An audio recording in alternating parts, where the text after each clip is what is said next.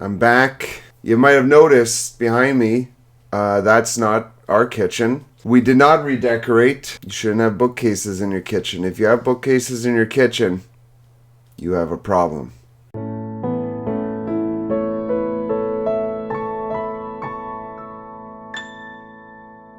So today, the Bookworm Yogi wants me to read Say You Still Love Me, which is something I ask from her all the time, but c'est la vie. Unfortunately, we don't have the actual copy of the book. We have copies of many other books, but not this book. So, instead, we are going to be using this copy of Please Mr. Panda as a representative of this book. So, Say You Still Love Me. It's a heavy book, but I think it's mostly because the pages are made of cardboard. It has lovely illustrations. We're using like a fine acrylic, published by Scholastic. I'm pretty sure we got it at one of those Scholastic book fairs. If you don't know what a Scholastic book fair is, you don't have a childhood.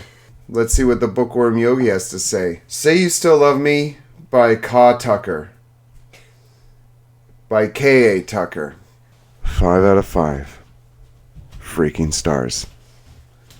I wonder if we ever heard that before. I don't know what the heck I was expecting when going into this book. I don't know what the heck I was expecting going into these review videos. But here we are. But whatever it was, it went far beyond it. Like, are you talking about physical distance? I am embarrassed to say that even though I have 3 others sitting on my bookshelf, this is my first K.A. Tucker, and now I completely see what all the hype is about. This sentence, this is my first K.A. Tucker, and now I completely see what all the hype is about. I wonder if K.A. Tucker's mom said that about her. On the birthing bed. Birthing table? Is it a table or is it a bed? It's a bed.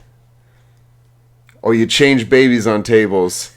You birth on beds. But just picture it, right? Like 15 hours of labor.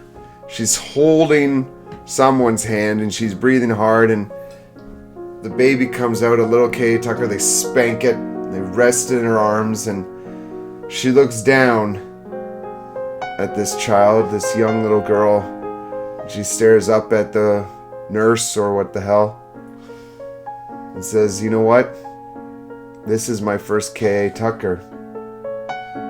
And now I see what all the hype is about. She smiles softly and passes the out. Tucker focused heavily on character development in this novel, which I absolutely loved. We are immediately thrust into Piper's no-nonsense world when we are introduced to her. First of all, thrust.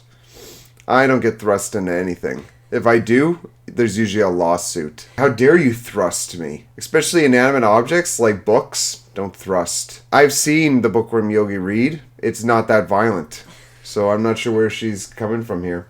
Second of all, Piper. No nonsense world. I've never met a Piper that's no nonsense. Have you? Anyone named Piper is nonsense. You don't see a Judge Piper. Your Honor, Piper, judge of the highest court in the land. President Piper has now issued a decree. No. Piper is like... Piper, get down from the tree. Piper, keep your clothes on. That's Piper's nonsense, not no nonsense. But I digress.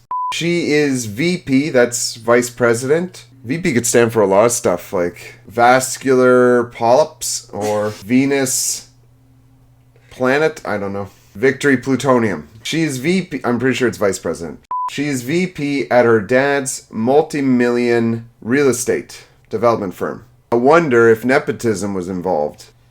My dad was a barber. That's just what I'm thinking. Maybe she really earned it. I don't know. Her name's Piper. Sounds like someone who doesn't really earn anything other than detention. She's VP at her dad's multi-million real estate development firm. Dad's needs an apostrophe because it's a possessive noun. And next in line to run the charge when her dad retires. Okay, so this is a multi-million real estate development firm. You would think that she can't just walk into it like That it must have like a board of directors who would hire a new president based on qualifications and years of experience. She's vice president. So? Isn't that the definition of a vice president, to become president? No, you don't just get to be the president. Piper is a boss bitch. See, first of all, if I was on the board of directors, I wouldn't want to hire a boss bitch. Have you ever had a boss and you looked at that boss and you said, "She's a bitch"? That's not a boss you like. It is a male-dominated industry, but Piper had no problem standing toe-to-toe. What does that even mean? Right? She's working in a multi-million real estate development firm. No one's going toe-to-toe. Most people have shoes on, I imagine. Maybe there's some women there with like shoes that have the toes exposed. Like maybe some heels. Some soft heels. It sounds like they'd all be wearing at least like professional casual wear. You ever gone toe-to-toe with someone? It's disgusting. Like you ever touch someone's toe with your own toe? It's like, great, now I got ringworm. What I'm saying is just don't go toe-to-toe with anyone. Or finger to finger. That sounds even more disgusting, right? Like if we're going to be talking about digits, touching other digits, doesn't that sound weird? People hold hands all the time, but no one says like, oh, we're going finger to finger here. Okay, and so the Bookworm Yogi just decided to insert girl power with a peace sign. The peace sign is confusing considering Piper is a quote-unquote boss bitch.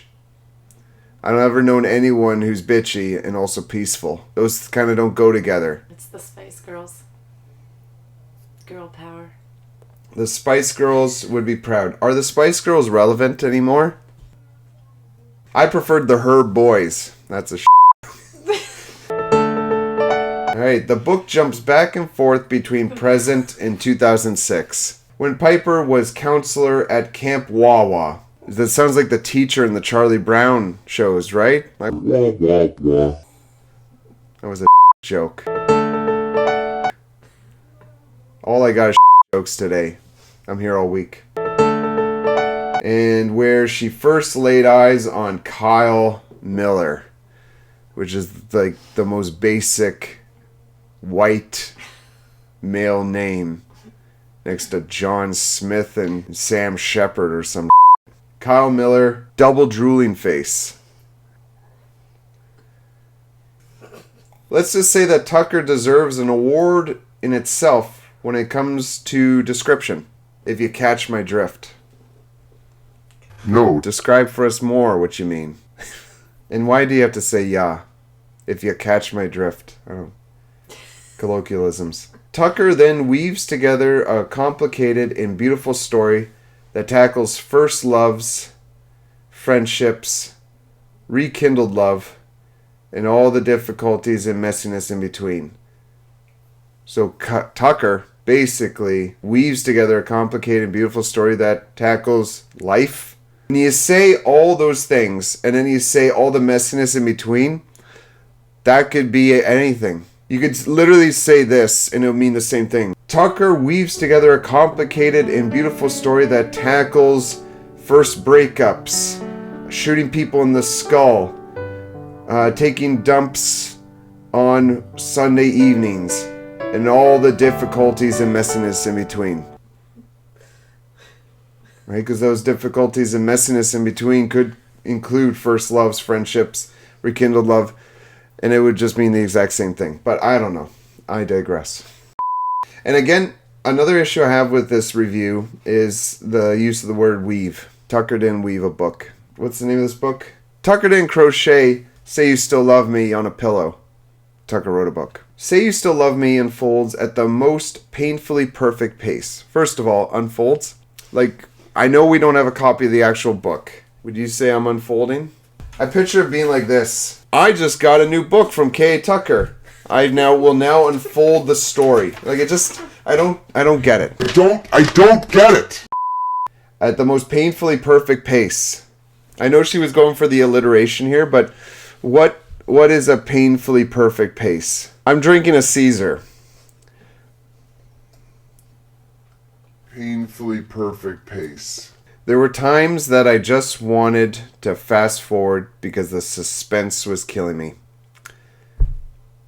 Fast forward? You're reading a book not watching like a VHS. It would make no sense. You can't fast forward a book. You can flip ahead. Can you picture like someone in like a library and they're just like, it's like, what are you doing? You're like, you speed reading? You're like, oh, I'm fast forwarding ahead in the book. So the suspense was killing her. I don't think suspense actually kills people. Especially not in all caps. Like no one was holding a gun at you and you waiting for the bullet to pierce into your skull and end it all. And then you just died from waiting. Guns don't kill people. Waiting for the bullets to get to you kill people. But I patiently waited and allowed the story to tell itself. Was this an audiobook? I could just picture her like on the couch. Tell me more. Really? You don't say. Oh, turn the page. What else? What else? Sweetheart, would you like to get some dinner? Quiet! I'm reading! I'm listening! I'm going stupid reading these reviews. Anyways. I absolutely loved every minute of this book. Like, is there like a timer that starts when you start reading it? Every minute, let's see how good this gets. Oh, we're at 3 minutes and this is really good. But at a half an hour and 14 minutes, it started to slow off. Once we got to the 76th minute, it was much better. Like, I hate that I wanted so long to finally read this author. No, you read the book, not the author. Can you imagine me coming home again, another work day? Hey, sweetie, do you want to make dinner? Who's this? And she's like, quiet, I'm reading. And she's just staring at K.A. Tucker. And K.A. Tucker's like, I'm an author. Like, it's just but now you can say that I'm hooked. Why a fishing reference? Who's ever been hooked aside from fish and the villain from Peter Pan? Thank Christ that's the rest. That's it. Painfully perfect pace.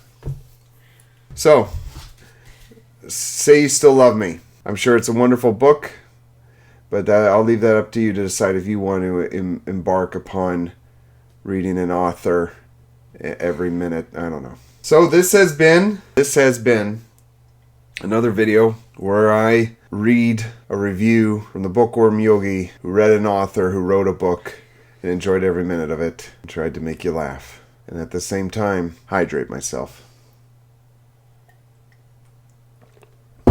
Good afternoon.